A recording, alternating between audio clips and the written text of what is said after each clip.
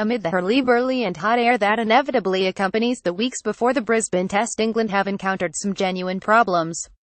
Ben Stokes is still in the Northern Hemisphere and likely to remain there. Stephen Finn became the late replacement who departed early with a knee problem. Jake Ball twisted an ankle in Adelaide. Young fast bowlers like Tom Curran and George Garton have been summoned from afar. But there may be a beneficiary from all these setbacks, and that is Somerset's Craig Overton. Overton was selected in the original tour party ahead of Finn, but the assumption was that he would be there as the rookie, to learn, to improve and possibly to play a test or two later in the series. When Stokes was sidelined, the door was ajar. There was the chance he could squeeze into the team as the fourth-seamer, partly because of his batting prowess. Now, after the injuries to Finn and Ball, that door is wide open. Overton is on course to play in Brisbane, so he may have to receive more attention from the Aussies. From Townsville onwards, they may seek to undermine the new boy's confidence.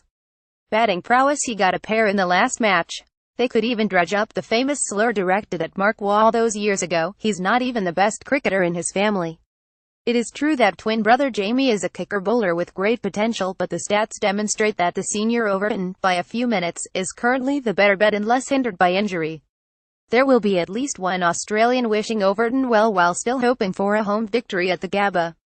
Chris Rogers, the former Test opener, knew the Overtons long before he ended up as their captain at Somerset in 2016. Rogers played for North Devon CC at Instow, an idyllic coastal venue if the wind is not blowing too fiercely, when the twins were in shorts and their father was in the team. The Overtons are proud Devonians.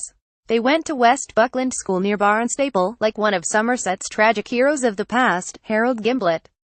They progressed through the Devon youth system and onto the Somerset Academy. Apart from the inevitable stress fractures along the way, there was never much doubt they would become huge assets for the club. The twins are just about identical. When the South African coach, Dave Nosworthy, came to Somerset, he admitted he could never tell them apart until he saw them bowling. Craig does not run quite so far as Jamie. The process is slightly less frantic and there is not the same headlong pursuit of pace. He can swing the ball away taking advantage of his height. Both are 6 feet 5 inches. He can hit the shoulder of the bat more often than most and is more accurate than his brother. Craig has already been selected for England whiteball squads without ever playing. There was much mumbling and grumbling at Taunton this summer when he was omitted from the T20 match there against South Africa. In fact, he is currently a much better red ball bowler.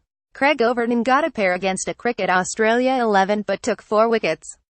Photograph Saeed Khan. FBGT images. There have been setbacks along the way. The most troubling stemmed from an incident at Sussex in 2015 when Overton abused Asher's 80. He was subsequently banned for 2 matches. At the time, this might have been regarded as the naive outburst of a young firebrand, for the Overtons have always been combative cricketers.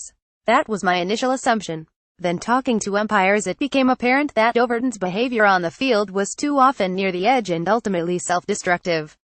Any sane bowler seeks to nurture a good rapport with the umpires.